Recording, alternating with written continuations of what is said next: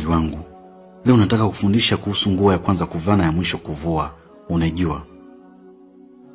Siku zote nguo ya kwanza kuvaa na ya mwisho kuvua ni chupi.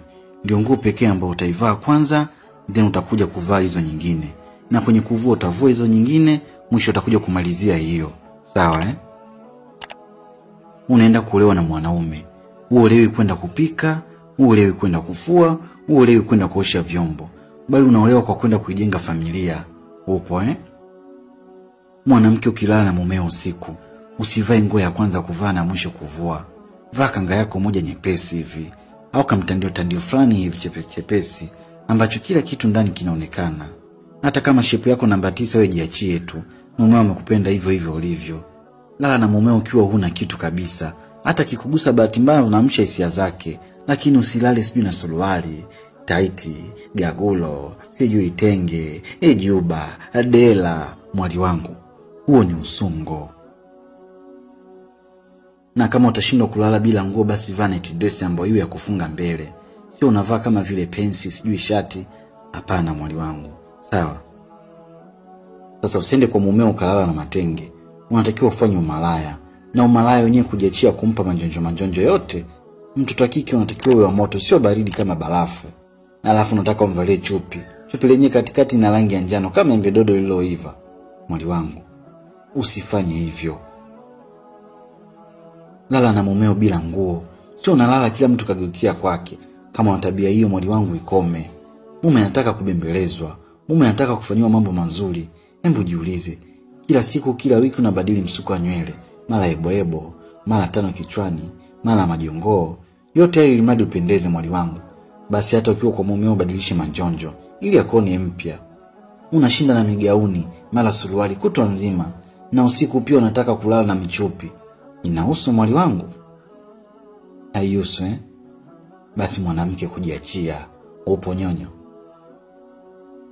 Kitu kingine mwali wangu, nataka nikufundishe namna ya kumla samaki. Kuna watu hadi leo hii hawajui jinsi ya kumla samaki, tena ni wengi mno. Sasa leo acha nikufundishe. Kama umeenda ukweni au sehemu nyingine yote ile, hakikisha unapokula samaki usimgeuze nyuma. Wewe kula ule upande mmoja. Na kama umemaliza ule upande, toa mwiba katikati uendelee kula. Usije ukamgeuza samaki, ni usungo mwali wangu. Unataka nikupe maana? Kafata nini kwa somo? Kafata nini kwa somo? Kama kupika anajua, kama kula samaki anajua. Kafata nini kwa somo? Kwangu umefuata maana mwali wangu. Sina budi kukupa maana. Endapo utamgeuza yule samaki, italeta maana kuwa wewe unafanya mapenzi kinyume na maumbile. Yaani unafanywa mbele na nyuma. Mwali wangu, jichunge sana hii aibu isikukute. Sawa Nikupe maana nyingine? Nitakupa siku ya ndoa yako. Samaki ana maana nyingi sana. Na jambo lingine mwali wangu nataka kufundisha ni namna ya kula ndizi. Wengi wanazijua ndizi lakini hawajui namna ya kula hizo ndizi. Wanajilialia tu ovyo bila kuelewa wala kujua maana husika ya ndizi. Acha nikungate sikio mwali wangu. Ndizi na ushikaji wake, ndizi na ulaji wake. Endapo umepata wageni na umewaandalia chakula, labda ukawekea na ndizi wapate kulia chakula, mwali wangu, hakikisha zile ndizi umeziondoa ile shepu yake. Utaikata juu na chini, then utawaandalia zikiwa hazina vile vidude vya juu na chini. Unajua maana yake?